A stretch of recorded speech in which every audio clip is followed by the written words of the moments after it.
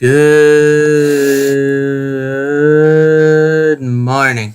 How are you guys doing today? I hope you are doing all right. Yeah. I don't know. I can't really think of anything that comes to mind right now. Yeah. Oh, yeah. I guess I apologize for not getting doing this yesterday. Yesterday was what Wednesday normally is. So please do forgive me. I will be here today doing Breach, and then hopefully we can get started on the following of Dying Light. Sorry. Later on tonight. So yeah, that's pretty much how it's going to go for today. Yeah, let's get down to business then, I suppose. I'm sure you don't want to hear me ramble on and on and on and on and on and on again. Alright then, so let's get down to business. What were we doing last time? Last time we finished one of our teammates' storylines for this book. It was... Hold on. It was Hayne. Yes, the Canadian sharpshooter. Helped her get revenge for her sister, which I didn't feel too bad about. Yeah, that was pretty much everything. So, yeah. Yeah, okay. Sorry, I just, my left eye is kind of bothering me, so please do forgive me if I do end up taking intervals. I hope I don't have to, but, just in case. Alright, it's currently 5:06 p.m. What would you like to do? Hang out with a crew member? Who would you like to hang out with? Rook. The newest member, and we still have yet to really hang out with them. Hello, may I help you? You hear the sound of a calm and gentle old lady coming from the other side. May I speak with Rook, please? You ask, hoping you didn't call the wrong number. No, I'm afraid there's no one here. Name Brooke, my dear. No. Not Brooke. Is Rook there? Look where? She asks. Is there anyone there named Brooke? You're getting a little frustrated. Who are you calling a Nimrod? Her tone takes a turn and growls serious. Then you hear another voice from the other side. You hear her pulling away from the phone to reply, I don't know who it is. They keep asking for someone named Brooke. The phone gets tangled and exchanged for a few seconds before you hear someone with the familiar voice of Brooke. Who is this? If you're from the cable company, I told you I'm not home. If you're from the cartels, I'm still not home. Brooke, it's me. You're hoping he'll recognize your voice. Oh, hey, you called. I didn't expect this, he chuckles. Oh, actually, I have to do something in a few minutes. You can come with me and Bishop. Hey, how about my acrobatic lesson? You hear the same old lady yelling from a distance. I'll get you a new orderly in a minute. Just be patient. Brooke shouts back. Sorry, I'm in a nursing home. Probably shouldn't be shouting. He sighs. Meet me by Lincoln Park. North entrance. You'll know it's me and Bishop when you see it. See what? You ask. You'll know it. Just trust me. He says. Then he hangs up on you. You shrug and decide to dress in your casual attire, Letterman jacket and jeans. Alright, obviously we're not going to take anything with us. Lincoln Park, nighttime. Upon arrival, you spend a good half an hour looking around, trying to find what you're supposed to be looking for. You sigh in frustration before your eyes finally find something particularly familiar. You see a lone taco van parked outside of the bar across the park. It's a familiar taco van. It's Rook and Bishop's taco van. But upon closer inspection, you see neither Rook nor Bishop inside the van. You look around and notice that the streets are completely empty. Then you hear the sound of shouting from inside the bar, followed by the sound of glass breaking and wood cracking. You figure it's Rook and Bishop, so you decide to close in on the bar. But before you reach halfway across the street, the door glass shatters as Rook emerges from inside with his usual dark red leather jacket and black leather gloves. Shoulder tackling what appears to be a tall, muscle-bound man with a different leather jacket, almost twice the size of Rook. You see Rook crushing down on top of him on the sidewalk as the glass they crash through splatters around them.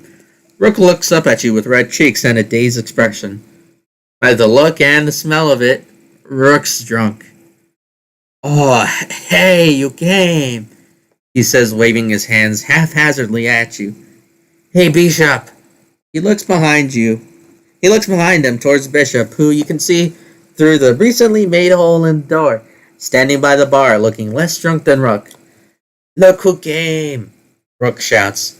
Bishop silently waves at you, his iconic emotionless expression adorned across his face. Oh, so, what's going on? You ask. I'll explain later, Rook says as he tries to keep the person beneath him under control. You can hear the man below Rook groaning in pain as he tries to get up, but Rook immediately shuts him up with a punch to the face and a grip on his collar. You don't think Rook's drunkenness will get in the way of his fighting ability. Rook looks down at the man below him and says, Okay. Now I know I told you I was only going to ask these once. About 3 times ago. But now I'm starting to lose my patience. Where the I didn't tell you shit! The man shouts, groaning in pain. Rook sighs and quickly starts unbuckling the man's belt. Whoa, wait, what are you doing? Rook pulls the man's belt off his jeans and quickly wraps it around his neck and tightens it, pulling the man around like a dog on a leash. Are you sure you're not going to tell me? Rook asks as Bishop walks through the hole in the door. I think he's made it clear that he's not going to want to talk, Bishop says as he walks over with a pair of handcuffs and starts cuffing the man's arms behind his back. Well, in that case, Rook walks over to the taco van with the belt leash in his hand, pulling the man with him, choking him. Rook ties the leash to the van's rear bumper. Let's see how fast he can run. He opens the back door of the van and hops in as Bishop walks around to the front and gets into the driver's seat. Rook and Bishop promptly pull out their balaclavas and put them on. Rook with his iconic red ski mask and Bishop with his blue ski mask. You should probably put your mask on now. You pull out your bloody white mask with a broken heart and put it on. Then you get into the back with Rook as Bishop starts the van. Sorry. I know, I'm always yawning. I'm sorry. You really should have started talking, Rook mumbles drunkenly. You really should have, Bishop says as he slowly drives the van forward, pulling the leash tight around the man's neck. Wait, what are you doing? The man says as he walks up to try and catch up with the van. So you must have some questions. Rook looks over to you, completely ignoring the man being pulled behind the van by the neck. I think a certain someone needs to learn how to talk. Let's give them an example. He leans back and relaxes, then opens the cupboard and pulls out a bottle of bourbon in a single glass. Bourbon? He offers you a drink. No, please.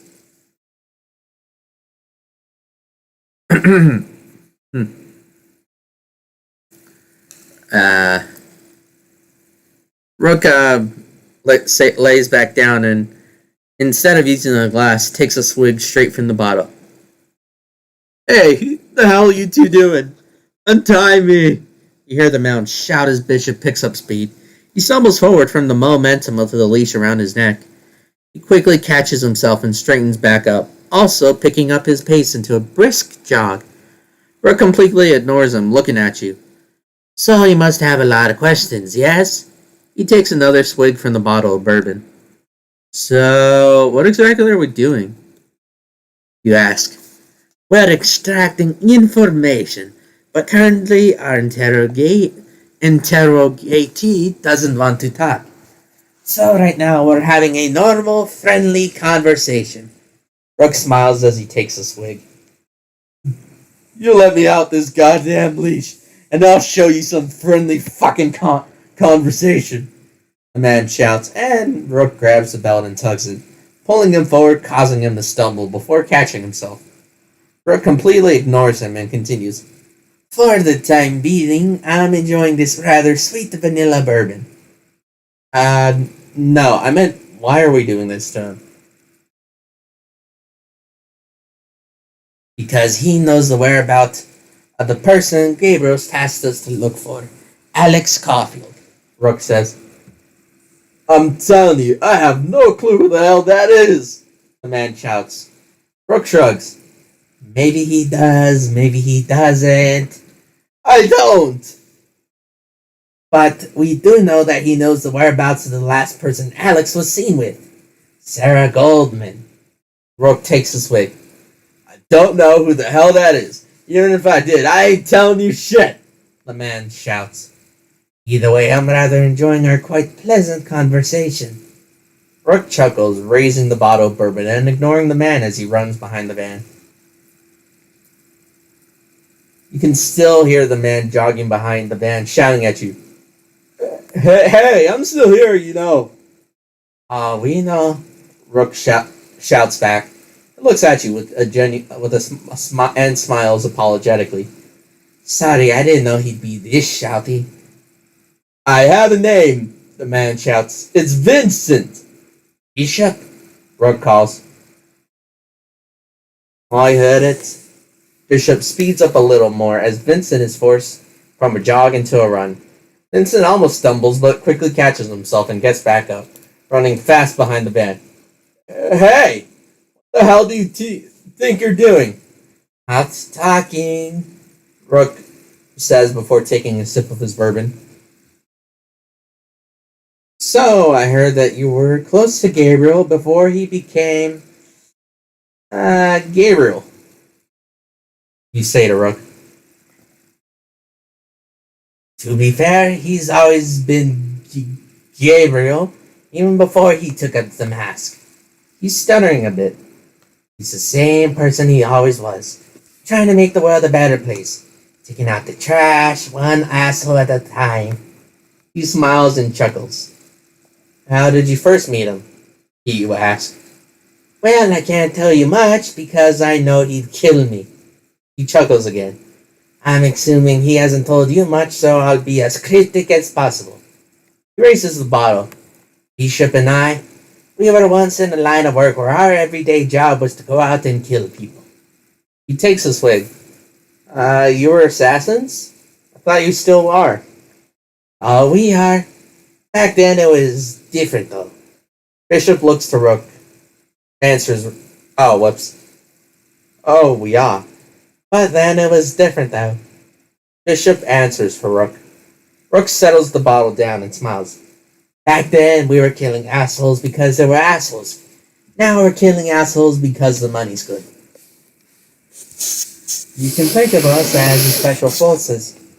But even more special, Bishop explains without really doing, which doesn't really explain much of anything. What does that have to do with Gabriel? Gabriel was our commanding officer, but we didn't take orders from him. In fact, we don't take orders from anyone. That's what the company's all about. We get assignments and we choose whether or not we want to take them. Gabriel wasn't only the best of us, he was one of the highest ranking officers in the company. Rook says. Bishop chimes in. What made him different than the other high-ranking officers was that even when he rose up in the ranks, he still volunteered to go on missions in the field. No one in the company came close to him. What company? You ask. I think we've said too much, Rook replies, taking a swig. If Gabriel comes for us, I'm blaming you, Bishop says. You take another sip of the bourbon, grunting at how surprisingly strong it is. Wonder if it's actually bourbon or if there's something else in it. Oh yeah, I forgot to mention I accidentally chose to take the glass. Sorry. You're the man running behind the van shouting again. How the hell are you casually talking right now? I'm still tied up here. Do you hear that? Rook says, looking up at the ceiling of the van and tilting his head to the side. What is it? You ask. It's the sound of someone who's not talking, Bishop says, and Rook smiles. Bishop picks up speed once more, sending the man into a full-on sprint behind the van. Hey, what are you doing? I'm telling you, I don't know shit. Even if I did, I wouldn't tell you. Do you know who I'm working for?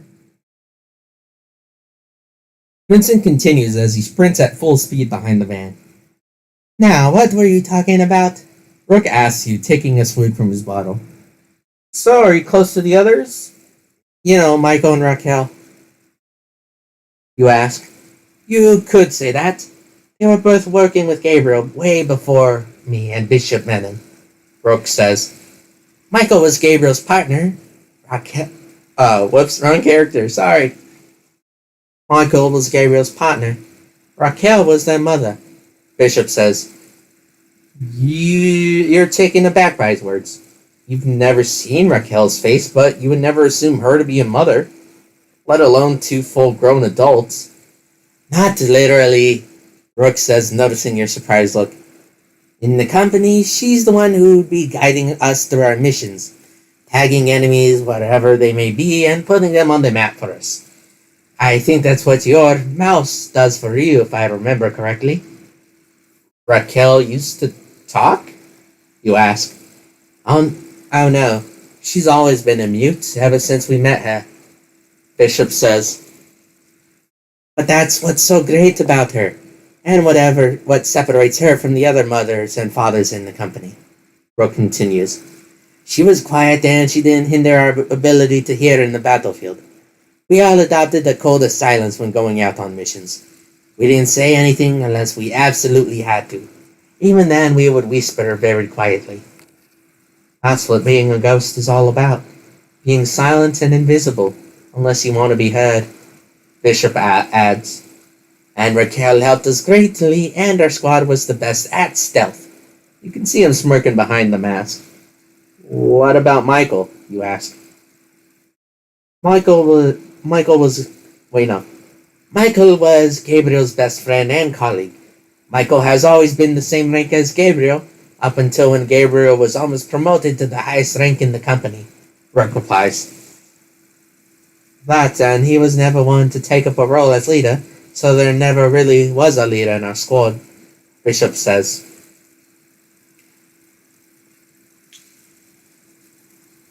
Do you know who I work for? Vincent shouts as he sprints behind the van, panting heavily. You let me out this goddamn leash and I'll show you who the hell I work for! It's not all evidence I'm interested in. It's Sarah Goldman. I want to know where she is, Rook says. I don't know who that... Bishop picks up speed again and Vincent suddenly falls forward, his neck yanked by the momentum, sending his upper body flailing. He falls to the ground and skids across the asphalt with a loud, painful scream as he's dragged behind the van. Ah, you asshole! Stop the van! Vincent shouts frantically. Are you talking now? Brooks asks nonchalantly. Screw you! Vincent shouts, and suddenly his unbelted pants get dragged across the asphalt and yanked off his legs. You see the pants flying off, then receding into the distance as the bottomless Vincent cries out in his pain, scraping over the asphalt in his underwear. Rook looks completely detached from the fact that Vincent is now being dragged behind the van, taking a swig in sight. So, we were saying? So, how'd you and Bishop meet? You ask. Don't. Bishop says, don't you dare. Rook shrugs and says, can't tell you that. Sorry. Why not? Some things are just confidential. That is most definitely something I don't just tell anyone. The only person who knows that answer is me, Bishop, and Gabriel. That's it, Rook says. And that psychiatrist you were dating, Bishop adds. Ah, not even she knows, Bishop chuckles. You take a sip. Okay, cool. Just as Rook is about to take another swig from his bottle. Help! Stop the goddamn van! Vincent is still being dragged across the asphalt, and you can now see bits and pieces of his leather suit tearing off, and blood beginning to trail behind him. Please! He shouts as his body is dragged across the asphalt, his underwear beginning to tear and slip off his waist. Are you ready to talk? Rook shouts angrily. I'll talk, just please stop the van! Vincent shouts, then he sobs in horrible agony. Bishop! Rook shouts. You see Bishop nod before picking up speed once again, dragging Vincent even more violently as the belt around his neck tightens, choking him.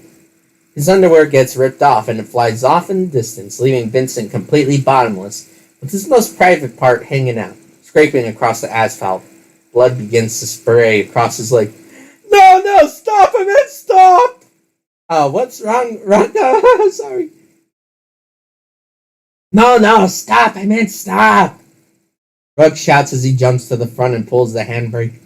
The van comes to a screeching halt and Vincent is flung underneath it. Rook jumps out and so does Bishop, both with their weapons drawn. They look around and making sure the coast is clear before pulling Vincent out from under the van. Fucking hell, you poor thing, Rook sighs. You hop out the back and look around.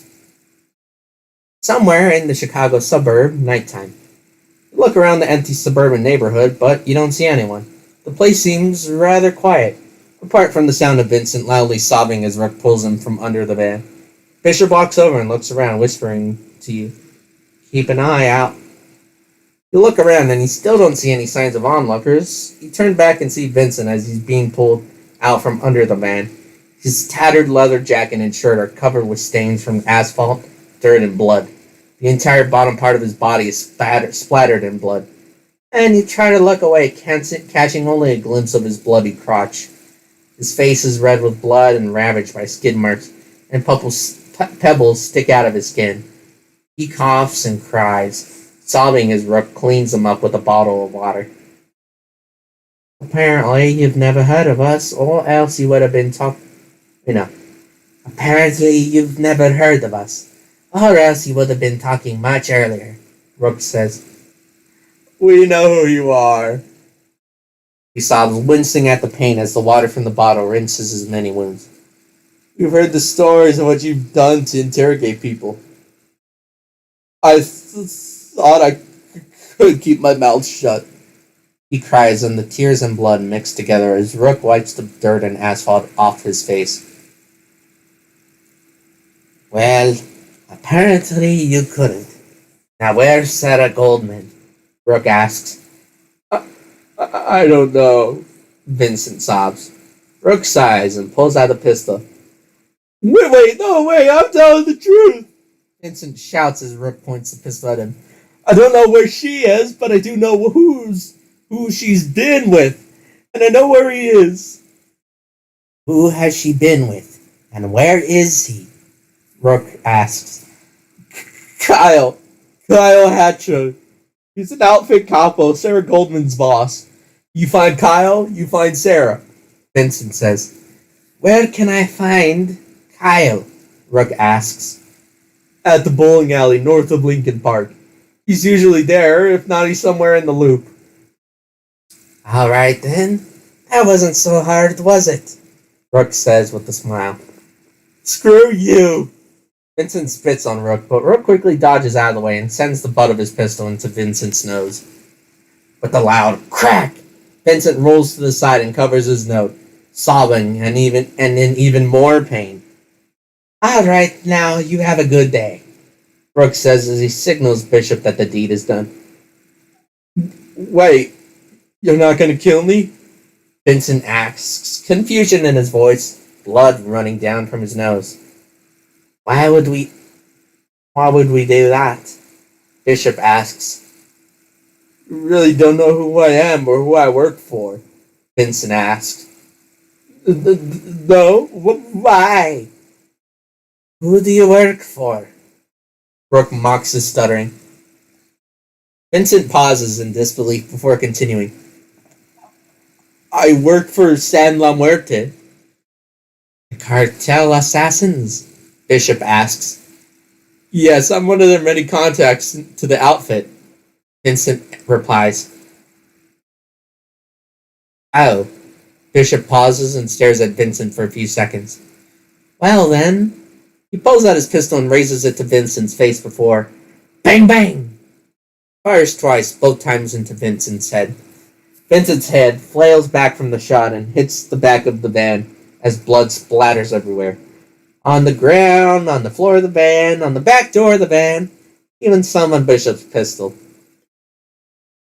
Vincent's body slumps and falls to the side as it slides out against the back of the van, mouth open, two large bullet holes in his nose and forehead, eyes open in terror but slowly closing as he falls limp.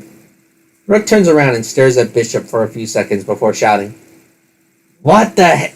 He stops and looks around before continuing in a whispered shout. What the hell was that for? He was working for El Muerto. Isn't he the one who put the bounty on you? Bishop says as he unties the belt on Vincent's neck. The dead body slumps behind the van as Rook releases the belt and sets it down on top of Vincent. Rook sighs in frustration. Yeah, well, he has a bounty on you too. Next time we should probably find out who it is we're interrogating, he says. In any case, now we have a lead, Rook says. Someone named Kyle Hatcher. Achoo. You correct him. Bless you. Rook says. Do we know what Hatcher is? Bishop asks. Achoo. You correct Bishop this time. Bless you. Bowling alley north of Lincoln Park. Park's our best bet. Hatcher owns the place. I'll do some research before we go there, Rook says. With a frustrated sigh, you correct him once more. His name's Hachu. And no, I wasn't sneezing. Oh, are you sure it's Hachu? Rook says. Bless you, Bishop says. Doesn't matter, we know where he'll be, and we know his first name. Shall we get ready? You go on ahead. I'll need to take care of a few things first, Rook says as he takes out his phone and starts typing. Bishop looks over at him and asks, Sorry, how good are you at bowling? How good are you at bowling? Rook replies in a monotone voice. Bishop only sighs in reply. I'll pick you up at the strip club, he says, walking over to the driver's seat and hopping in. Starting the van as Rook continues to type away at his phone. He stops to look at you and asks, So, how good are you at bowling? Pretty good. Nice. Alright then, he says.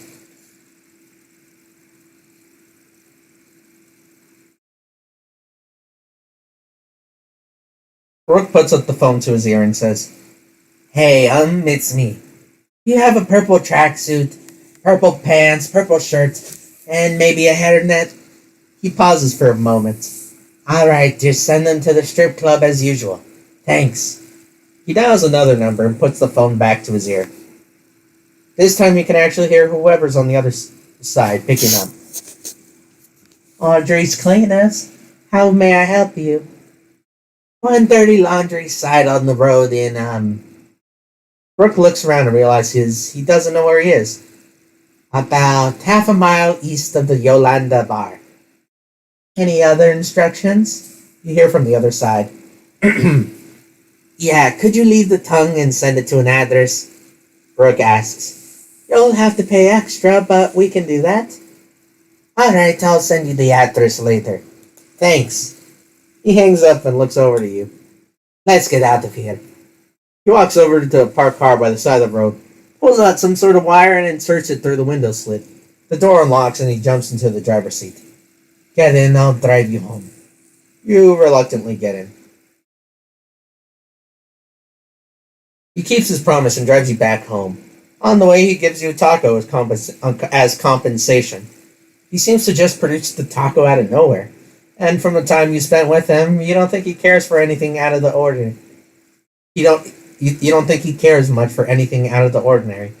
Just treats it as if it's an everyday thing. He doesn't say much about his work before becoming an assassin, but you soon learned that he was once in the Marines, and that Bishop was once a Royal Marine from the UK. You can tell he's only available at night, and next time you call, you might want to bring your secondary weapon along, just in case. He says goodnight as he drops you off, mentioning that he'll have to torch the car later on. The sky is dark and the streets outside are beginning to quiet down, so you decide to go to sleep. You walk to your bed and go to sleep. Nothing eventful happens for the rest of the night. You wake up early in the morning and you find Mouse already getting ready in his two-piece suit and blue tie. "Oh, hi," he says as you walk out of your bedroom. "Sorry if I woke you up. I need to get to the mill. Kaiden needs me for his job." He grabs his backpack and starts for the door. "I'll be back in a few hours. Bye." He waves goodbye as he rushes out the door. You squint and rub your eyes as you walk to the bathroom. You take a bath, get dressed, and eat some breakfast cereal. You still have 2 days before the heist. Check the time. It's currently 7:33 a.m. What would you like to do?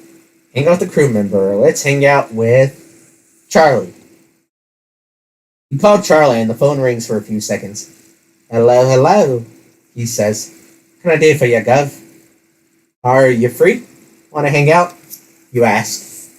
"Oh, I'm a tad occupied, but great timing. I need your help," he says. "What do you need?"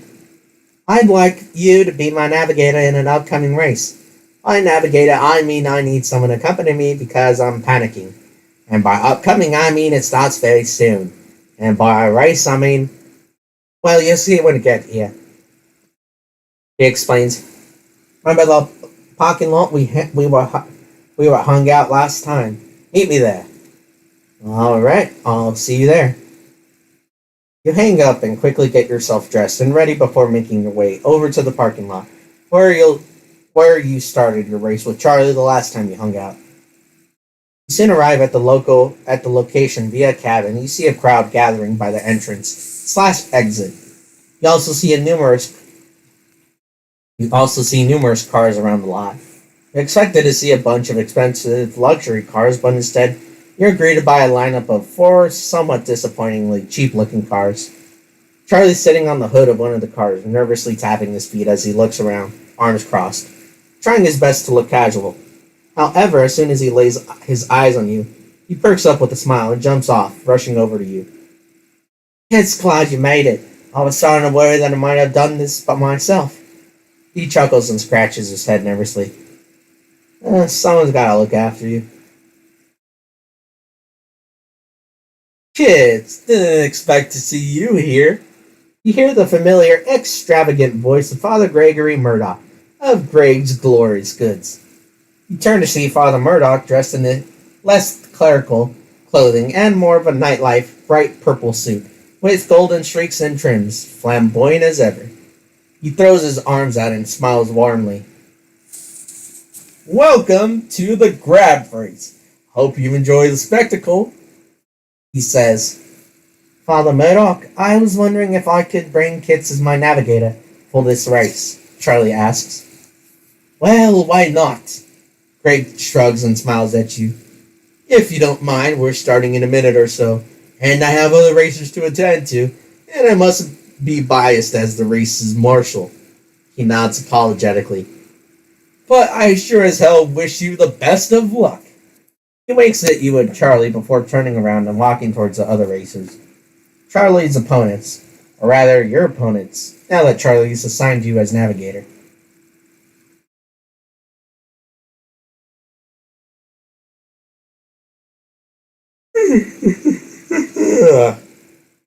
You can see that there are only 4 racers, including Charlie. The other 3 are already at the starting line with their vehicles. Charlie's own car looks like an old, used Honda Civic. You look at the starting line and observe the other racers. One of them's wearing an all-gray racing suit and full-face helmet, standing completely still, arms crossed, staring into complete nothingness as they stand behind their equally old Totora super sports car. The other two next to them seem like a normal street racer with casual clothing, and one wearing a hoodie and jeans and the other wearing shorts and a tank top. Both of the last cars also seem rather inexpensive. Charlie stares at them nervously, tapping his feet and crossing his own arms. Realize he's staring at the racer in the full gray outsuit, who's now staring back at him. You'll do fine. Yeah, I'm not sure. He chuckles as he nervously looks away. Don't make eye contact. Some say he has the eyes of a basilisk, Charlie says, quietly giggling. You look back at the racer regardless and see them continuing to stare at you and Charlie. Incredibly still, almost statuesque. That's the Sting, the fastest motorist in Europe. He turns back to them, staring at each other as if they're sworn enemies. But we're not in Europe anymore, are we? He smirks for a moment. Some say their suit is made out of rich Corinthian leather. Whoops. Some say their suit is made out of a rich Corinthian leather. One of the nearby mechanics chimes in as he works on the engine. Who are they? One of Greg's nearby workers asks. No one knows. Some say they're a world-renowned legal racer looking to make a name in underground illegal races. The mechanic replies. Some say they can outwalk more than 30 feet on land. One of the other nearby mechanics choked. Some say they're a genetically engineered racer, born and bred on a farm somewhere in Northampton. Another one says. All we know is that they're called the Sting. The first mechanic says as he goes back to working on the engine. Charlie continues to stare at the Sting, and then he turns to you. I assume they don't have grab races in New York? Charlie asks. He's right. You've never been in one or heard of a grab race.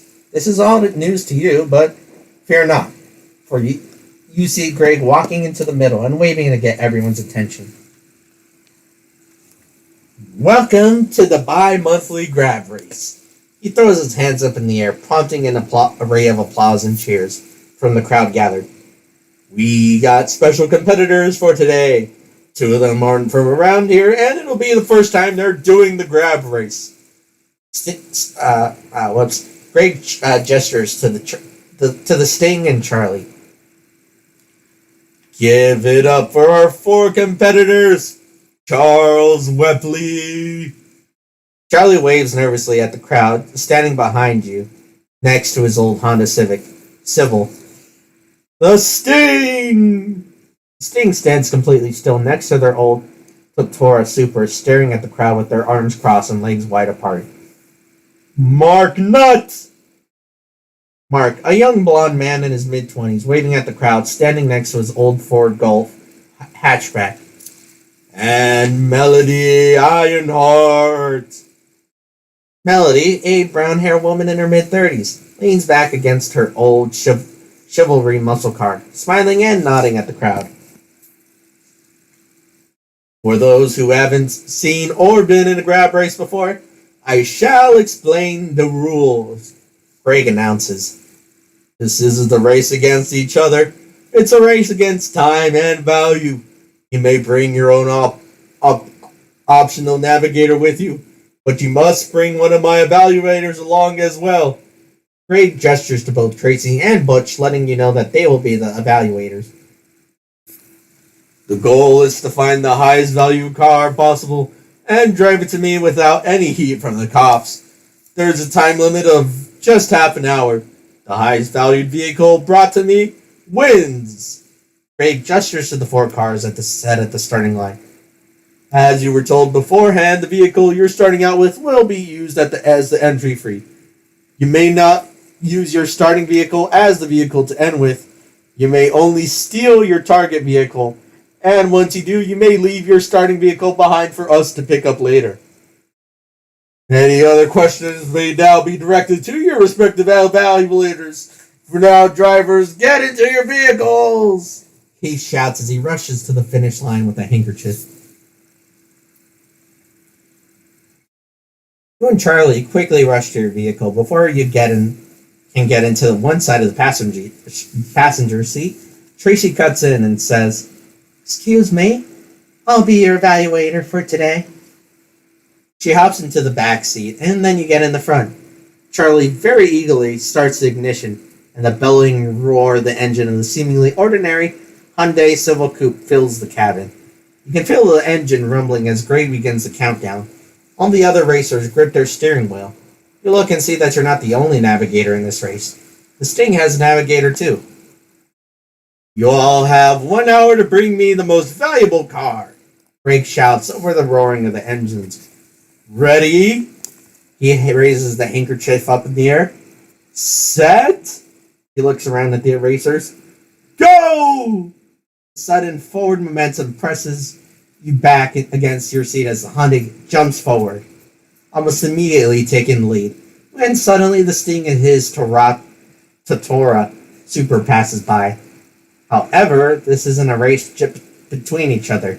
It's a race of value and time. Charlie quickly swerves away from everyone, looking through his rearview mirror at Tracy, who is holding on for dear life in the back. "Hey, Tracy, what kind of car does Gray like?" Charlie asks. "I can't tell you." Tracy shrugs and taps her chin for a moment. "You can tell me. We're friends, right?" Charlie asks. "Yes, I don't know what he likes," Tracy says.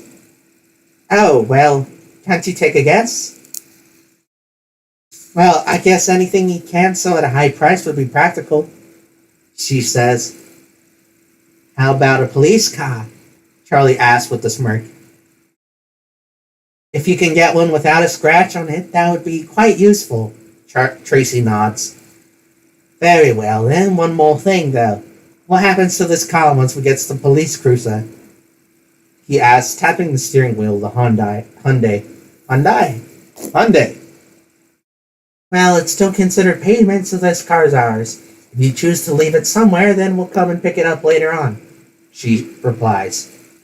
"Say no more. I know what we need to do." Charlie smiles and slowly pulls up behind a donut shop, where you see an empty parked police cruiser out front.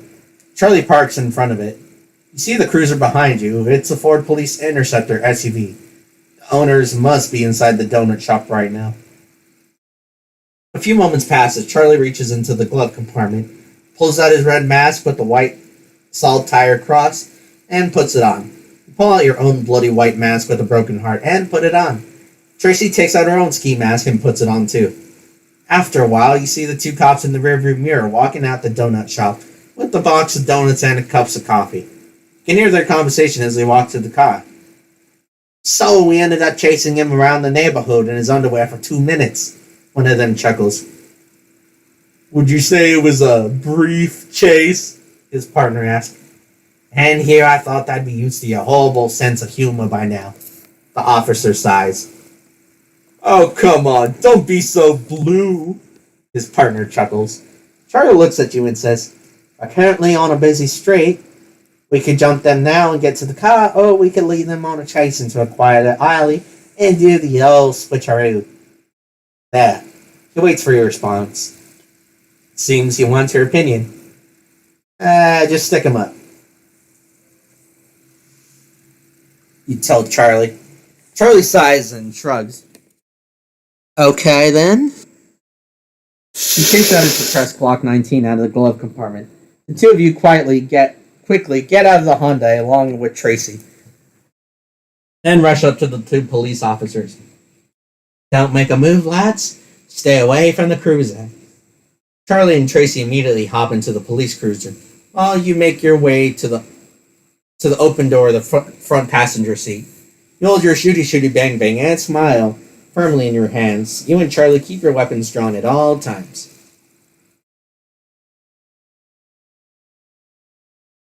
Alright? The two of them very slowly raise their hands as you slip backwards into the front passenger seat, keeping your shooty bang bang and smile trained on them at the whole time. As soon as you and Tracy are inside, before you can even close the door, Charlie steps on the gas, sending the cruiser rocketing forward at high speed, the momentum closing the doors for you.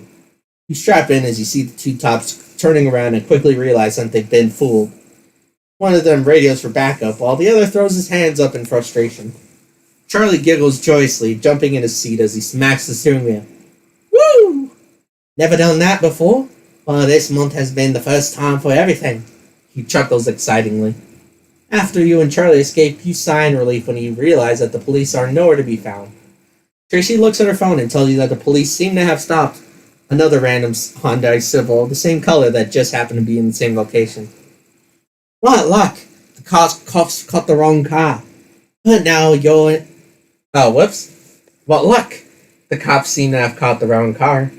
But now you're in a police car that might have already been reported stolen.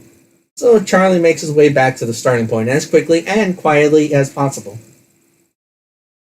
Thankfully, you don't see any police vehicles around, and everything seems to be fine and dandy.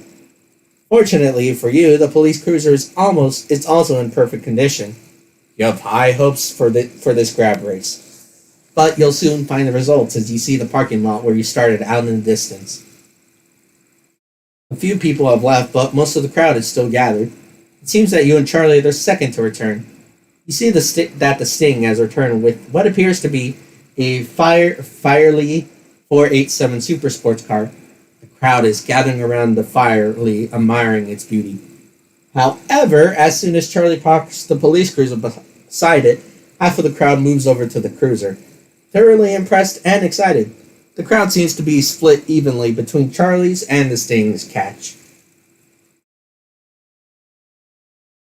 As the other two competitors finally arrive, they walk off to chat with Greg for a while, along with the other evaluators, nodding and debating quietly like competition judges, which they practically are. Mark Nutt caught a rather beautiful modern SUV, with Melody caught not one, but two motorcycles.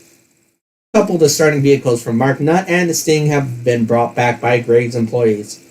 Apparently they didn't have much trouble recovering them. Charlie, who's been keeping a close eye on the Sting for quite a while, finally stops and has now started staring at the Sting's starting vehicle instead. The old Totora. He leans into you and whispers, "Keep an eye out for me." Then he walks over to the back of the vehicle, gingerly opens the door, and leans into the back seat. Looking around, no one seems to be paying him any attention. Figuring he's just another mechanic. A few moments pass and Charlie comes back with what looks like a small velvet pouch in his hand. He hides it from view, but not necessarily from you, as he walks toward you. "All right, we're good," he says with a smile. The crowd slowly gathers as Greg climbs onto the hood of the nearby parked cars. "We've come to a decision," he shouts as everyone closes in to hear the results. "In fourth place, Mark Nutt and his SUV. Sorry, Mr. Nutt, but we already have a lot of these in the storage." Greg nods apologetically to Mark Nutt. Mark scoffs and waves away his apology, seemingly unsatisfied with the result. In third place, Melody and her two motorcycles. It just so happened that I myself am an avid motorcyclist. Great catch, Melody. Melody shrugs, seemingly satisfied. "At least I'm not last." Whoops. That was a voice crack if I ever heard one. "At least I'm not last," she chuckles. In second place. Everyone now leans in, even more curious and excited to hear who will win the grab race. You find yourself tapping your fingers nervously on the hood of the police cruiser. Police interceptor. The Sting and his navigator, Duke Santos, with their Firely 487 Super Sports car. And just then you see Charlie's eyes grow wide as he realizes he just won the grab race. And in first place, Charles Wepley and his navigator Kits with their police interceptor. Everyone cheers as they gather around you and Charlie, celebrating your victory. Charlie looks at you and says, "We won! We won, boss! We won!" He jumps into the air and throws his fist up as he cheers along with the crowd. Then he rushes over to you and "We did it," and hugs you tightly. "We did it!" Hug him back.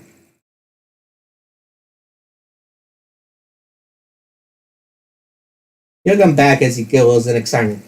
Bloody damn hell, I didn't think we'd win. He smiles as Greg walks up and offers the two of you a handshake. Congrats! You've won the grab race.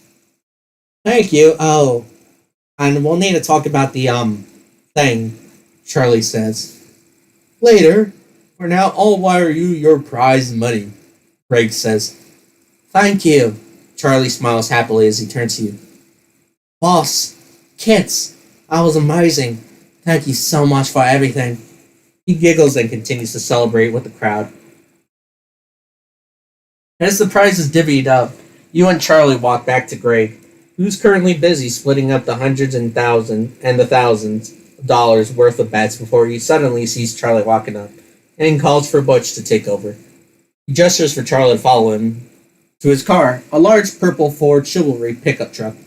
He leans against the front of his truck and Charlie pulls out the bag he got from before. Ah, so that's what you were looking for, Greg says. Thanks for setting up the match, Father Murdoch, Charlie says, nodding respectfully. Thanks for bringing in such a crowd. Also, please call me Greg, Greg says. All right, so are you willing to fence it? Charlie asks. Sure, we have a deal, and I never break a deal. You know, break the deal, spin the wheel. Break the deal, spin the wheel. Greg says with a smile as Charlie opens a small velvet pouch and begins pouring what appears to be a number of small diamonds into Greg's hands. Beautiful. I'll get these sorted out and wire the money to you, Greg says as he calls over Tracy. Tracy, be a dear and deliver these to Felix, please. Let him know that I need them appraised as fast as possible. Tracy nods and quickly runs off, hopping onto one of Melody's motorcycles and driving off into the night with the diamonds. Charlie looks at you and says, Since you helped me, I'll give you 50% of the cut and half of the prize money. No need. This one's all you. Oh, wow. Seriously? You're awesome, Gov. He smiles brightly at you. With the little post-race business done and the money quickly wired into your account, you and Charlie make your way to Charlie's Basigi Fallon, which he parked down the road. Let's go get something to eat, yeah? I'm starving up a storm. Yeah. He says as the two of you hop in and drive off to a nearby fast food restaurant, which has proven to be Charlie's favorite, McDonald's. The two of you order your meals and find a corner booth where Charlie can munch on his McDonald's burger in private. Despite the calmness and the result of the race, Charlie seemed perfectly calm and has nothing but burger on his mind. If ever there was a time for the conversation, now would be it. Ask about his history with the Sting. Sting and I met long ago. Back then, I was still in the UK. Never actually won against him back then. Even lost my first card to him. He scowls for a moment. You know who he is? You ask. I think so. I'm not really sure. But I have an idea as to who he is. He smirks. Who is he? You ask. No one you'd know. Charlie shrugs. My childhood friend, possibly. Or my ex. Not really sure. Either way, he's bloody damn good with cars. I'll give him that much. He chuckles. Even then, Charlie's been acting as if he and the Sting are rivals. It seems like Charlie seems to respect the Sting to some degree. Ask about the diamonds. Diamonds? Oh, those were something I actually planted long ago. Back then, when I first met the Sting. He explains through a mouthful of burger. It was a one-on-one race between me and him. Winner against the loser's car. I might have been a bit slower than him and lost my car to him. Prior to the race, I did a heist and ended up with hot uncut diamonds. So me and my sister decided to steal them.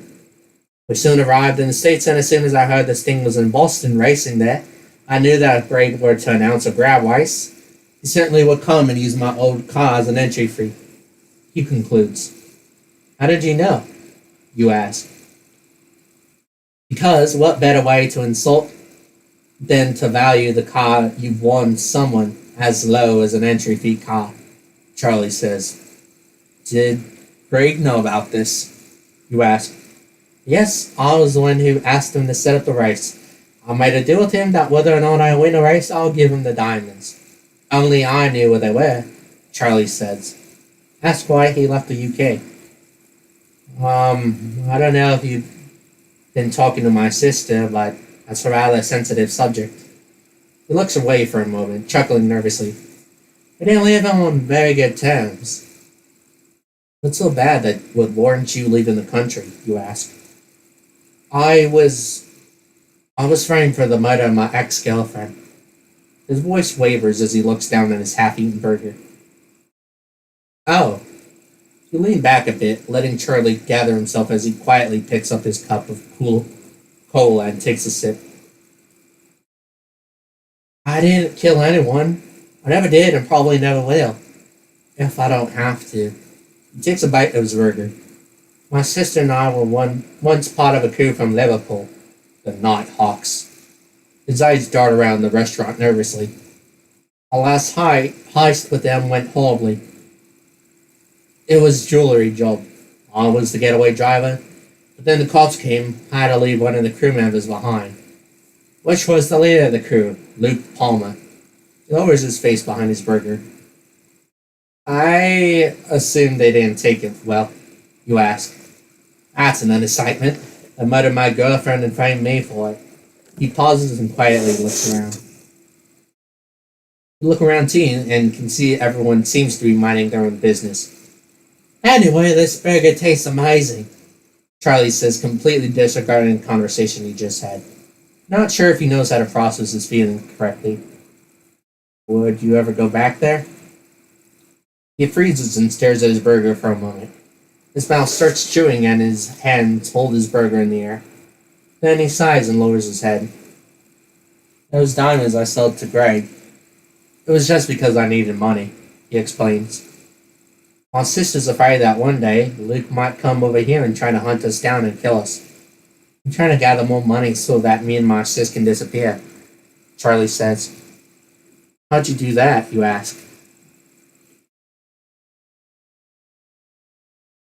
Greg told me if I was able to get enough money, he could help me disappear. And not the new fake papers, new fake identity type of disappear. I made more of a stage my own death and new legitimate ID and a whole new life type of disappear, Charlie explains. You're aware of Greg being able to make people disappear, but this is the first time you've heard of the extent of his power. Aren't you tired of running? You ask curiously.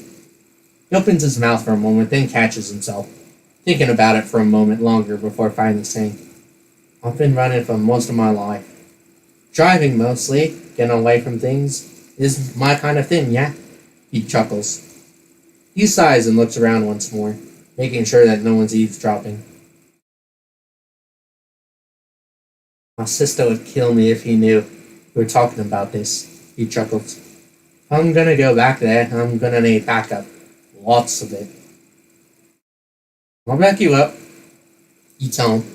He pauses and looks at you with a genuine smile of gratitude. Haven't known me more than a month, Gov, but thank you anyway. He chuckles.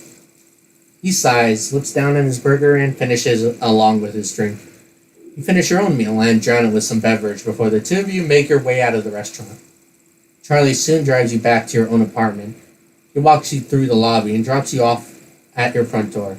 The two of you say your goodbyes. Then he walks back downstairs and out of the building. You can hear the V12 engine and his Bugatti Veyron blasting through the streets of Chicago as he races off into the distance. A few minutes later, you hear sirens following. Seems like he's in trouble, but knowing Charlie, he's probably fine. As you're carefully relaxing in the living room, you hear a knock on the door with a familiar shake and a haircut medley. You rise from the couch, pick up your shoddy bang bang and smile, and hold it behind your back as you walk to the door. You take a peek and sure enough, you see Mouse on the other side, holding a grocery bag. You unlock the door and let him in. Thanks, sorry it took a little longer. Had to pick up some groceries, he says as he walks to the kitchen and starts unpacking the fridge and cupboards with items. Current 11:08 a.m. What would you like to do? Hang out with one more crew member for today, and then we'll call it quits. Anna. Anna Weber. You call Anna and the phone rings for a few seconds. Kits. You hear her muffled, surprised voice followed by a gargled spit. Sorry, was brushing my teeth. Fancy hanging out again. Yeah, you want to hang out? Yes, brilliant. I've been aching for you to. You hear her get cut off by someone on the side, and then she shouts away from the phone. Shut your trap and hit the forge fill. Anyway, I've got something we could do together. Might be a little devious, but you don't mind, right? You hear her chuckling. I mean, we do that sort of thing on a daily basis, you reply. Right then, meet me 2198 South Sawyer Avenue in Little Village. I'll see you there, yeah? I'll see you there. You hang up and immediately go and get ready. Gotten yourself a cab and find yourself riding through the streets of Chicago suburbs. Even during the day, there aren't many people visible, and there doesn't seem to be much activity going on around these parts. You soon arrive at what appears to be a large, open garage blacksmith shop of some sort. You can see directly into the workshop, and there are 4 people working inside. You hop out and pay the cabbie before getting a closer look. You can feel the intense heat even from far away as the forge blasts different types of iron and steel inside the furnace. You see one person hammering away at a glowing red-hot piece of metal, another person grinding the edge of a long sword, and another person sewing a piece of fabric beneath some sort of medieval armor. However, one person stands out to you the most. You see Anna in the middle of the workshop, hammering away at a bright, glowing crockery knife dagger, sending sparks flying everywhere with each strike of her hammer, some spraying against her leather apron. She doesn't seem to notice you at first, and as you close in, realize that she's got earbuds on. Beneath the apron, she's wearing a purple flannel shirt, with the sleeves rolled up, along with a pair of jeans. She's sweating profusely, but she doesn't look uncomfortable at all. She seems focused and determined. But as soon as her eyes catch you, she pauses and smiles, sighing in relief, as she says, Oh, hey, I'll be with you in a bit. She goes over and dunks the crockery blade in a bucket of oil before yelling, Phil, take over for me. See the person sewing a piece of fabric nod and set his work aside, before walking over to help Anna. Anna takes off her leather apron and hangs it up before washing her hands. Then she walks over to you and says, So, first off, I need to eat. I'm absolutely starving for a bite. Let's go grab a burger. There's a Burger Queen near here. Let's go there, and I've got some coupons, so I'm buying. The 2 of you walk over to the side of the blacksmith's garage and find a couple of cars parked there. One of them, which is a very elegant and expensive-looking sports car. You recognize it immediately as a 2015 Bugatti Felon. The chrome lining of the white sports car almost blind you as you scan its sleek and elegant bodywork.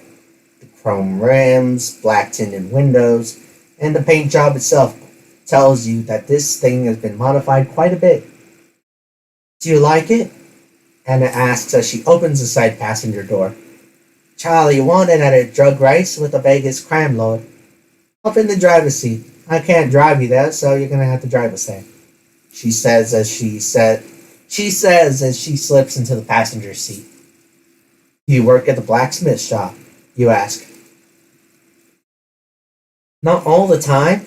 I just go there once in a while to teach, she replies. Did your father teach you how to smith too? Nope, I learned it completely on my own. I'm not the blacksmith's daughter. I am the blacksmith. She smirks. You go around the back of the car and hop into the driver's seat. It's quite low and feels a bit cramped, but the leather shirt feels nice. At first, it feels quite tight in there, but you soon sink into the seat and it conforms to your body. You grab onto the steering wheel before realizing that you don't have the key to start the car. But as you look behind the steering wheel, you can't find any socket to put a key into. Anna notices your confusion and leans into a button to push that says Inizio.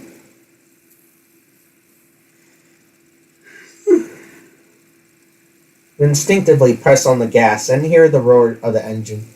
You park the sports car in reverse and pull out of the parking garage. Anna guides you down the street to the Burger Queen, and you soon come to an intersection. You see Anna looking around, searching for something. She constantly looks behind the car, looking back at the road. Just keep heading down this road, she says. You can just barely feel the vibration of the engine as you're holding the steering wheel. You know this thing could go way past the speed limit, and looking around, you don't see anyone who would call the cops. Nor are there any cops to pull you over. Would you like to have more fun with the sports car? No, I'm not an insane person. Drive like a normal person. You drive like any normal person would. You try to stay under the speed limit, but you don't think there are any cops around this place. You lean back against the seat and turn to see Anna smiling calmly. She turns to you and says, pretty nice change of pace. You're guessing she's used to Charlie's aggressive, fast-paced driving. She relaxes a bit as she smiles, enjoying the view of the less fortunate Chicago suburbs. Thanks for not driving like a mental, she says as you eye the speedometer. You're barely going around 60 miles an hour. Look to the right and see Anna holding onto her seat, her face flushed with surprise. The two of you quickly look back and see the deer, the spatula still in its mouth, though skipping off into the distance. Suddenly, a man wearing a taco costume and an apron comes out of the alley where the deer came from and starts chasing it across the street. Come back here, you little shit. Give me back my spatula. You see him rushing past the front of your car as he chases the deer with a rolling pin. Anna freezes in place and says, let's turn right here. We'll sucker around to the Burger Queen. You circle around the block before arriving at the Burger Queen. You drive into the parking lot, but as you're about to park in an empty spot, Anna taps you on the shoulder and says, why don't we go through the drive-thru? You shrug and back up a bit before driving through the drive-thru. You come up to the speaker and hear a voice call out, welcome to Burger Queen. How may I take your order? Anna leans over and asks, I've got a coupon. Can I use it for the drive-thru? No, ma'am. Sorry. You can only use them for dine-in orders. You can only use them on dine-in orders, he replies. Shite. Anna curses quietly. Well, it's fine then. I'll have a flopper. She leans back and turns to you, awaiting your order. A big flopper barbecue burger. The two of you proceed up to the next window and wait a few moments before taking your meal and paying for it. Grab your burger with the big flopper barbecue burger inside and set it aside. Curiously, you can see Anna looking back and forth between the rearview mirrors. She seems rather agitated, judging by the fact that she has her hand on her pistol. Are you gonna rob the place? You ask. Anna turns to you and says, Well, it'd be too bloody damn late for that. Already paid. She looks back to the rearview mirrors. Keep on driving and park there. Anna points to the parking lot in front of the restaurant. You drive to the parking lot and park by the lamppost. Anna quickly unlocks her door, pulls her Glock 19 from her holster, and jumps out. You follow suit, pulling out your shooty bang bang and smile. Your two Beretta M9s and Hope hopping out of the driver's seat. You look to your left and see Anna walking towards the car that was going through the drive-thru right behind yours, her pistol at the side. Somewhat hidden, but obvious that she wants whoever in that car to know that she's packing. The car quietly revs its engine and begins doing a loud screeching U-turn, burning rubber and drifting towards the parking lot before speeding out of the parking lot. Bloody prick! Anna shouts as she turns around and sprints back inside to the car. Get in! We need a chasing! You turn around and rush to the driver's seat. You and Anna hop in simultaneously, and you quickly slam the gear into reverse and pull out of the parking lot, swerve out of the parking lot, and give chase to the speedy old school sedan with the tinted windows. You can see it speeding away, but with your current vehicle, you don't even have to break a sweat, as you very quickly catch up to them. But you soon realize you also need a way to stop them. Shoot out their tires, BB. You hold the steering wheel in one hand and pull out your shooty shooty bang bang and smile. Your two Beretta M9s with the other.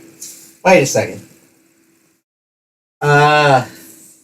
So I have my two pistols both in one hand. A little weird, but okay. Roll down your window and take aim at their tires. Bang bang! Bang bang! You fire at the tires and see sparks fly off the asphalt behind them. Suddenly, you hear a loud pop as one of their tires explodes in a confetti of sparks and rubber. Their car swerves away from you, and you quickly follow right behind them. You see sparks shooting out from under the rim of their wheel, where it meets and grinds against the asphalt. Suddenly, they lose traction and control, swerving off to the side of the road before crashing head-on into the front of a parked car. The back of the vehicle jumps upwards before arching to the side and coming to a complete dusty stop. The dust and debris settle, and you see the car's wrecked front, its bumper dangling off, barely holding on. You come to a stop behind another parked car and hear Anna say, "Put on your mask." She opens the glove compartment and pulls out two ski masks. She quickly opens her door and hops out with her pistol drawn at them. You quickly put on the ski mask and hop out of the driver's seat. You can now see through an opening in the cracked front windshield a man desperately trying to unbuckle his seatbelt as you and Anna close in on him, weapons drawn.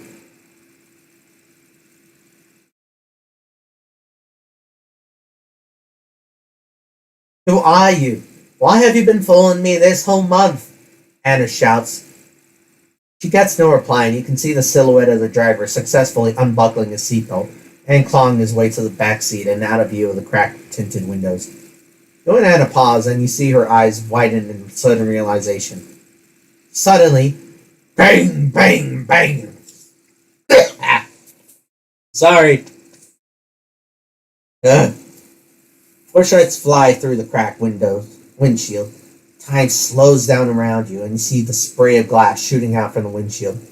You quickly duck as the bullets merely whiz by you, but the back door soon pops open, and you see the driver hopping out and rushing to get behind cover. He raises his pistol at you and Anna and opens fire. "Quickly, do something!" Tackle Anna behind cover. You quickly turn to Anna and rush at her. She aims her pistol at the assailant and opens fire. But before you can see whether or not her round hits, you grab onto her waist and tackle her to the ground as bullets whiz by the two of you. This one we didn't make it completely unscathed. Suddenly, you feel something hit your thigh just as you fall behind cover with Anna in your arms. You grunt in pain and quickly grab onto where the bullet hit. Your armor seems to have stopped one of the bullets. Wait a second. Oh, so we're fine. Are we wearing our our heavy armor? Jesus. Yeah, we're wearing our Juggernaut suit. Bro, a Juggernaut suit saves lives. Would have had two bullet holes in me. Anna looks down at you and smiles gratefully. Thank you, she says as she tries to get back up.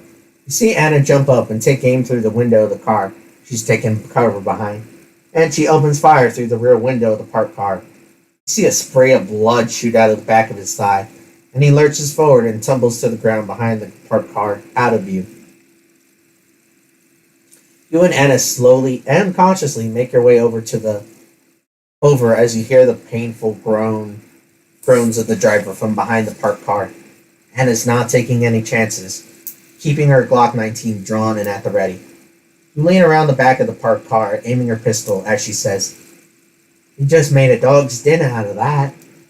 You walk around behind her and see the man currently on the ground with his pistol beside him.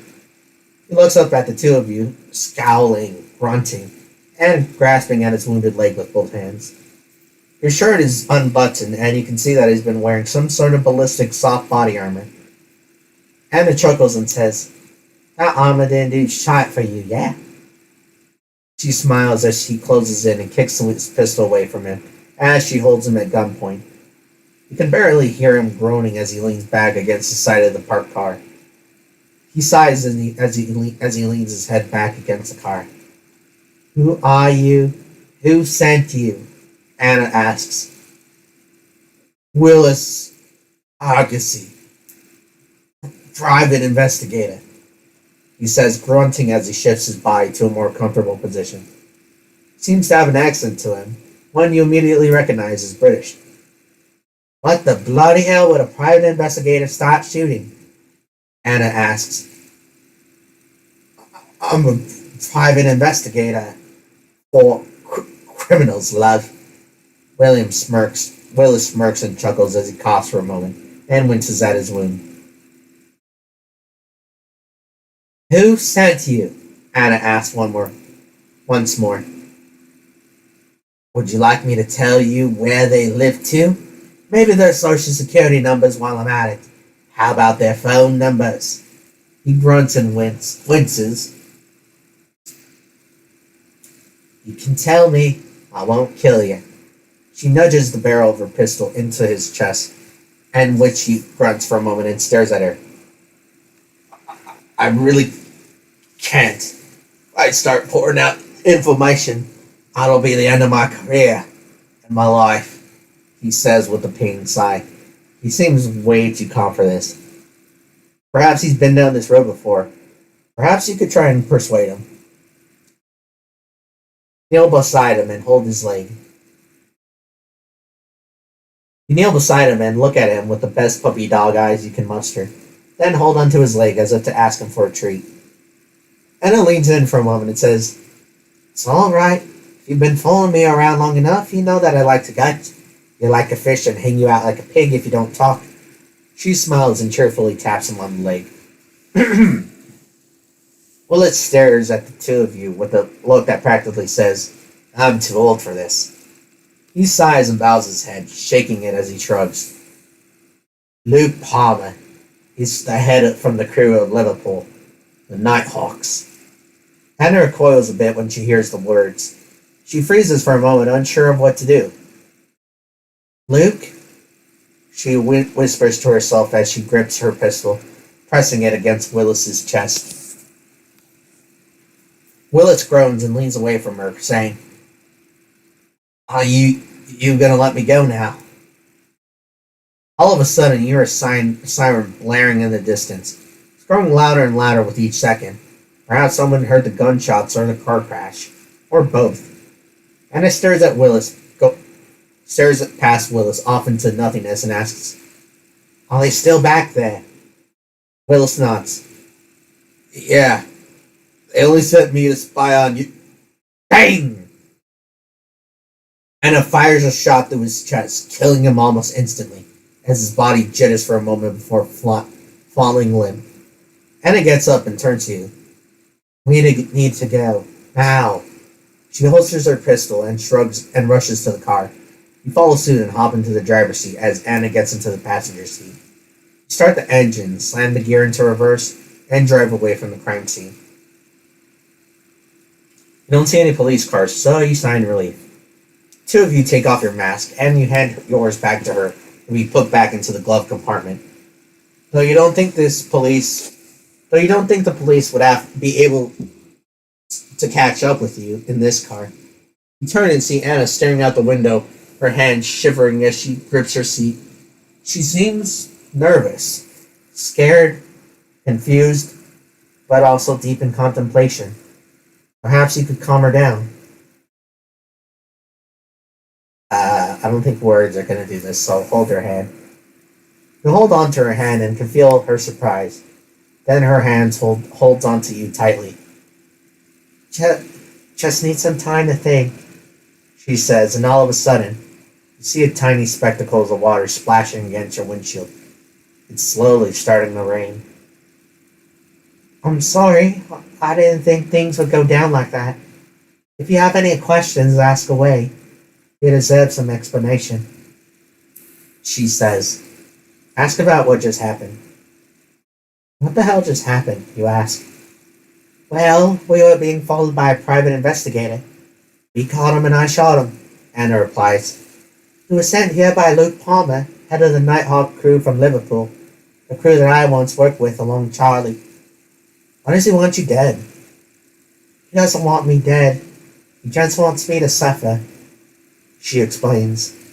He doesn't want me to testify against him, because he knows that I know everything about him. How do you know everything about him? I dated him, she replies, her grip tightening in regret as she stares at the window, scowling. He was my fourth and last one. What did you do to warrant being stalked by a private investigator? It's not what I did to him. It's what Charlie did, and what I did to him after Charlie. What did you and Charlie do? Well, I kind of already asked Charlie. You're gonna have to ask him that yourself.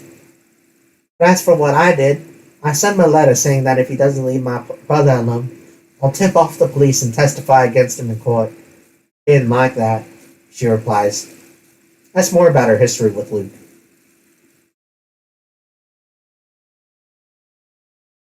Me and Luke, she turns to you nervously. We dated once. At first I thought he was a decent guy who just wanted some love to share. He bailed me out of jail and I joined his crew. She chuckles for a moment before nervously gritting her teeth. We were okay at first, but I soon learned that the only thing he ever loved was other people's pain. He was a criminal, and I was absolutely fine with that. I'd robbed banks with him many times, but when I found out he rapes people, that's when I started to pull away from him. She looks down at the floor of the car and purses her lips. He didn't like the fact that I knew, or the fact that I was pulling myself from him. When Charlie made a mistake, he threatened to rat me and Charlie out to the police, and I threatened to rat him out back. She sighs and bows her head and squeezes the bridge of her nose. He killed Charlie's girlfriend and blamed me and Charlie. Poor girl had her throat slit in her own bed. You hear her whimpering quietly as she takes a deep breath. He and Charlie fled the country and found our way to Buffalo. With Charlie's help, we covered our tracks, but only here. People are still looking for us back in the UK. She pauses and looks up, staring out at the road, and says, Though me and Charlie rarely had a home, he drove us out of our home. She grits her teeth and quietly stares through the windshield. Do you ever want to go back to the UK? With Luke still around? God, no, I'm not that bloody daft. But if I was to go there with someone, maybe someone from the Archangels, then maybe I'd try my chances, she says with a smirk. The smirk slowly fades away from her face. Slowly fades away as her face turns grim for a moment. Though honestly, I'm not sure that he knows I'm here. Though honestly, I think now that he knows I'm here, he'll be coming for me. I'm gonna need to find some place to hide.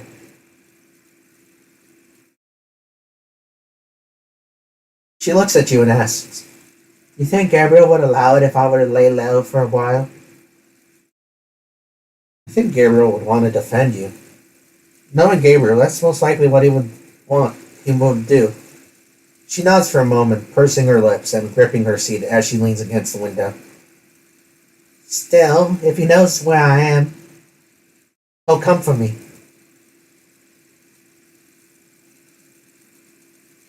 I mean, I think we're friends now, so if he does come, I'll back you up. You tell her. I have no doubt the rest of the Archangels will too. You see a faint smile crack across her face as she leans a sigh of relief. You lean against the window and relax. Thank you, Kits, she whispers. The Wepley cabin. She arrive at the Wepley cabin where you last drop off Anna. As you arrive, you see Charlie walking out the front door, his eyes wide open in terror as his jaw drops. He walks down the stairs and slowly walks to the car with a horrific look on his face. Anna opens her door and hops out of her seat. Charlie, I can explain. Extremely expensive sports car is riddled with bullet holes. What happened to the Bugatti? Charlie asks as he grabs his hair, pulling it and gritting his teeth.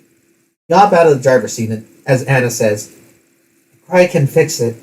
It'll be alright. But, points out to the small stream of smoke coming out from under the hood. No buts. I'll take it to him tomorrow. I'll go back inside and call him. Anna says. Charlie pulls on his hair and turns around in horror and walks back to the cabin. Poor lad. Anna sighs and turns to you. Hey there. Thank you for being with me tonight. I'm gonna need some time to process what the bloody damn hell just happened. She walks up to you, wraps her arms around you, and pulls you into a hug. Thanks for having my back, yeah? She pulls away and smiles at you. I'll always have her back. She smiles and blushes, and she nods gratefully, saying, Thank you. I'll see you later, yeah? She waves goodbye and turns around before walking back to her cabin. Pull out your phone and call for a taxi back to your apartment. You feel somewhat tired from the encounter, but soon enough, make your way back home. It's currently 5:02. What would you like to do? I would like to stop for now. Yeah. We managed to finish a couple other crewmate. What was that? 2? Yeah, 2 more crewmates kind of quests, storylines, and now all we have left to do, is Rook. Rook. What a character. Great dude. Sorry. No, what's up with me? Great dude all around, solid. Yeah, rest of the week, tomorrow, Wednesday, will be quite like every other day where I do something in the morning, aside from one at night. Not sure what yet. We'll figure that. We'll cross that bridge when we get there. Like I said, yesterday was my Wednesday, so I apologize. Yeah, hopefully I'll be on tonight for sure. Hopefully, I don't know. Hopefully we can get Dying Light the following started. If not, then I don't know. Maybe Apex or something. Well, like I said earlier, we'll cross that bridge when we get there. But I want to thank you guys for coming out and hanging out with me. It's always a pleasure to have you with me around, keeping me company. I appreciate it very, very much. I appreciate every single one of you for coming and taking time out of your day and spending it with me. Thank you.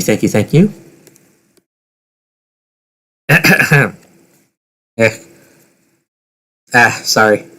Just, little cuff, coof. Alright then. Thank you. I hope you guys have a great and awesome rest of your day.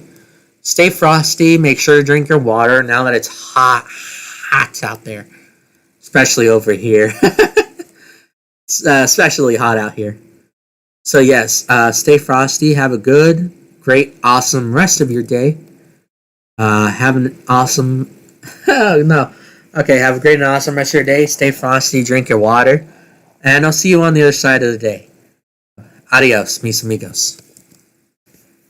Adios.